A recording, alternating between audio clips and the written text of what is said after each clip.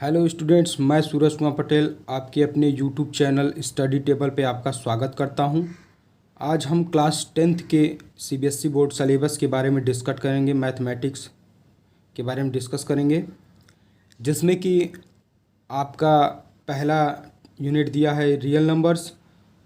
तो previous year में आपने क्लास 9th में रियल नंबर्स के बारे में पढ़ा था, नंबर सिस्टम चैप्टर था, उसमें रियल नंबर्स दिया था, उसके बारे में हम लोग पढ़े थे। और इस क्लास 10th में आप लोग जो है रियल नंबर्स में कुछ एप्लीकेशन जैसे the fundamental theorem of arithmetic को पढ़ेंगे, और जो है इरेशनल नंबर को पढ़ेंगे, रिविजिट करेंगे इरेशनल नंबर्स को, फिर से इरेशनल नंबर्स के बारे में कुछ एप्लीकेशंस पढ़ेंगे।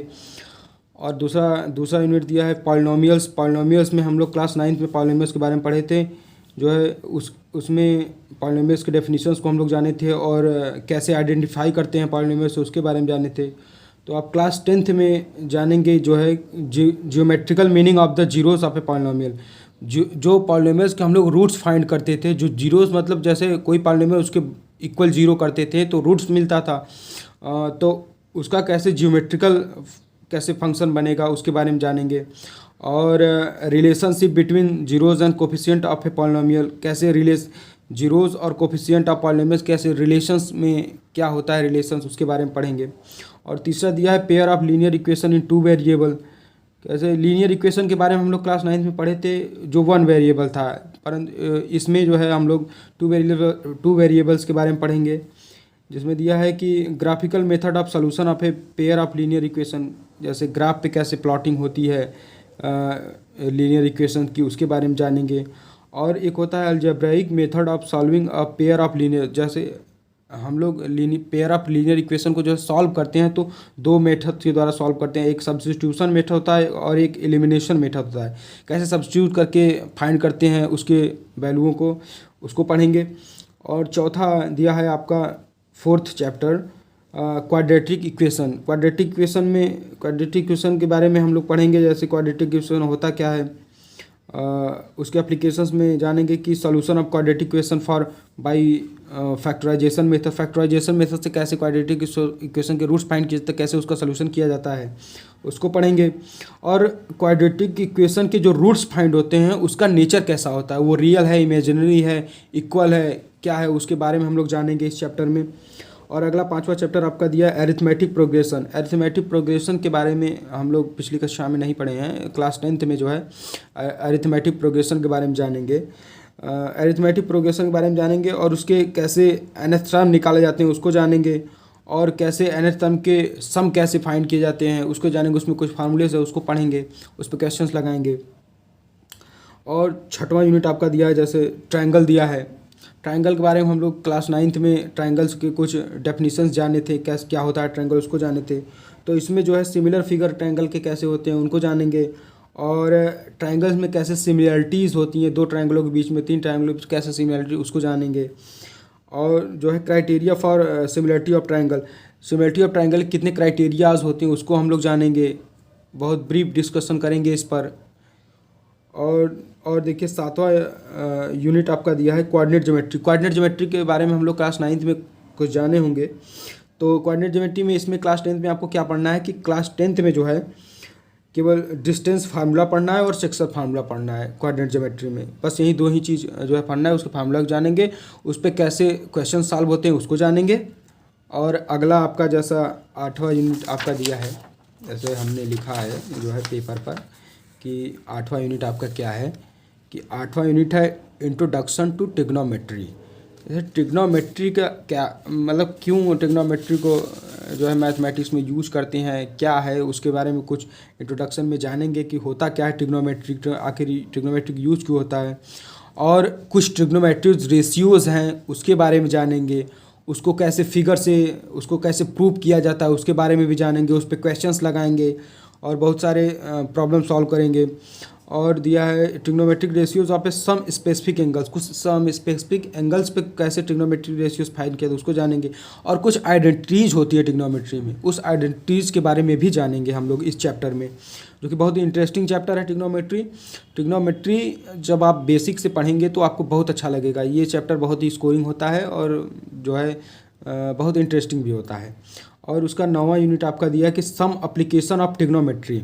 मतलब ट्रिग्नोमेट्री का हम ट्रिग्नोमेट्री पढ़े हैं, ट्रिग्नोमेट्री पढ़ने के बाद हम उसका किसी भी टॉपिक को पढ़ते हैं तो उसका एप्लीकेशन जरूर लगाते हैं, जिससे कि हमको जो है कॉन्सेप्ट को क्लियर हो सके। तो एप्लीकेशन में क्या करें कि हाइट एंड डिस्टेंस जब हम फाइंड करते हैं, हाइट एंड डिस्टेंस किसी भी जो है एलिमेंट्स की कुछ भी दिया हो कोई, तो उसका जो है हाइट एंड डिस्टेंस कैसे फाइंड किया जाता है उसको हम लोग जानेंगे। ट्रिग्नोमेट्री रेशियोज से जो है उसको फाइंड करेंगे।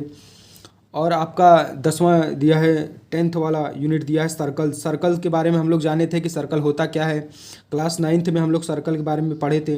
तो इसमें क्या है कि कैसे सर्कल के टेंजेंट कैसे फाइंड किए जाते हैं उसके बारे में हम लोग जानेंगे। और जो है number of tangent from a point on a circle, मतलब कि कितने टेंजेंट हैं किसी एक पॉइंट पर सर्कल के, उसको भी फाइंड करने, उस पर क्वेश्चंस लगाएंगे, उस पर कुछ दिया है थ्योरम्स, उसको भी जानेंगे। और आपका जो है 11वां यूनिट 11th यूनिट दिया है कि एरिया रिलेटेड टू सर्कल। जैसे सर्कल से रिलेटेड जो क्वेश्चंस दिए रहते हैं उसके एरिया फाइंड करने के लिए दिया रहता है। जैसे areas of sector and segment of a circle, जैसे कैसे सेक्टर की एरिया फाइंड की जाती है, कैसे सर्कल के, मतलब कुल मिलाकर ये बात है कि सर्कल के रिस्पेक्ट में कैसे एरिया फाइंड की जाती है उसको हम लोग पढ़ेंगे। और जो है 12वां 12th वाला यूनिट आपका दिया है कि सरफेस एरियाज एंड वॉल्यूम, कैसे किसी भी सरफेस का एरिया फाइंड किया जाता है और उसका वॉल्यूम कैसे फाइंड किया जाता है। Surface areas of a combination of solids, उसको जानेंगे। और कैसे volume of a combination of solids, solids के कैसे जो है वॉल्यूम कैसे फाइंड किया जाता है किसी भी सॉलिड्स का, उसको जानेंगे। उस पर फार्मूला दिया रहता है, उसको देखेंगे और सॉल्व करेंगे। और आपका 13 यूनिट दिया है स्टैटिस्टिक्स बारे में। स्टैटिस्टिक्स आप लोग जो है उसके बारे में थोड़ा बहुत जानते होंगे, अगर नहीं जानते होंगे तो हम इसमें बेसिक से भी चलेंगे जिससे आपको क्लियर हो चीज़ें। और जो है उसमें आपके स्टैटिस्टिक्स में जो है दिया है आपका टॉपिक दिया है mean of group data. Group data कैसे मीन निकाला जाता है, कैसे मोड निकाला जाता है, कैसे मीडियन निकाला जाता है। आपको चार्ट बना हुआ देगा, पूरा एकदम डाटा जो है पूरा देगा और उस पर जो है पूछेगा कि मीन निकालिए, मीडियन निकालिए, मोड निकालिए। तो हम लोग उसके बारे में डिस्कस करेंगे। और आपका जो है 14th यूनिट दिया है प्रोबेबिलिटी। प्रोबेबिलिटी बहुत ही इंटरेस्टिंग चैप्टर है, लेकिन जो है स्टूडेंट्स को इसको समझने में ज़्यादा परेशानी होती है, क्योंकि ये आपके जो है पूरी तरह आपके तर्क पर डिपेंड होता है, कैसा आप सोचते हैं, कैसे आप क्वेश्चंस को टैकल करते हैं, उस पर डिपेंड करता है। अन्यथा ये टॉपिक बहुत ही इंटरेस्टिंग है। तो ये रहा आपका क्लास 10th का जो है सलेबस। तो अब हम जानेंगे कि आखिर पेपर में जो है कैसे यूनिट्स का कैसे डिवाइडेशन है, कैसे टॉपिक से कितने नंबर के क्वेश्चन आते हैं, इसके बारे में भी जान लेते हैं हम लोग, जिससे कि हम लोग जो है पढ़ते समय इस बात का ध्यान रख सके कि किस टॉपिक को, किस यूनिट को ज़्यादा पढ़ना है, किसको कम पढ़ना है, कैसे उसके नंबर्स डिवाइड हैं उसको जानेंगे। तो देखिए जैसे आपका यहाँ दिया है कि नंबर सिस्टम देखिए नंबर सिस्टम में आपका जो है पहला यूनिट जो आपको बताया था हमने इस वीडियो में कि पहला यूनिट जो आपका है रियल नंबर्स। तो रियल नंबर्स नंबर सिस्टम के अंतर्गत आता है, जिससे रियल नंबर से 6 नंबर के क्वेश्चन पूछे जाते हैं। और जो है अलजेब्रा आपका दूसरा दिया है अलजेब्रा। तो अलजेब्रा में हम लोग अलजेब्रा में देखिए कई टॉपिक्स हैं आपका, जैसे दूसरा है पॉलिनोमियल्स। आपका दूसरा यूनिट जो हमने बताया है पॉलिनोमियल्स है, pair of linear equation in 2 variables है, क्वाड्रेटिक इक्वेशन है, और एपी है। एपी यानी अरिथमेटिक प्रोग्रेशन, इसको हम लोग शॉर्ट फॉर्म में एपी कहते हैं। तो एपी है, ये अलजेब्रा के अंतर्गत आते हैं। तो इससे जो है 20 नंबर के क्वेश्चन पूछे जाते हैं आपके बोर्ड एग्ज़ाम में। तो तीसरा आपका दिया है जो है कोऑर्डिनेट ज्योमेट्री। कोऑर्डिनेट ज्योमेट्री के आपके 6 नंबर की पूछी जाती है कोऑर्डिनेट ज्योमेट्री से क्वेश्चन। तो कोऑर्डिनेट ज्योमेट्री के अंतर्गत जो है आपके कई जो है 7वीं यूनिट आपको जो हमने बताया है कोऑर्डिनेट ज्योमेट्री, उससे जो है 6 नंबर के क्वेश्चन पूछा जाता है। और आपका एक ज्योमेट्री है, अगला दिया है ज्योमेट्री। ज्योमेट्री से आपके 15 नंबर के क्वेश्चन पूछे जाते हैं। और ट्रिग्नोमेट्री दिया है, जो ट्रिग्नोमेट्री से जो है 12 नंबर क्वेश्चन, जो ट्रिग्नोमेट्री के जो हम लोग एक यूनिट देखें ट्रिग्नोमेट्री और उसका एप्लीकेशन देखें, दोनों मिलाकर जो है 12 नंबर क्वेश्चन पूछा जाता है। और जो है ये 6वां आपका मेंसुरेशन से आपके एरियाज़ के जितने क्वेश्चन है उससे 10 नंबर के क्वेश्चन जिसमें 10 नंबर के आपके बोर्ड के एग्ज़ाम में देखने को मिलेंगे। और सातवां दिया है स्टैटिक्स एंड प्रोबेबिलिटी। तो स्टैटिक्स और प्रोबेबिलिटी मर्ज करके उस पर 11 नंबर के क्वेश्चन पूछे जाते हैं।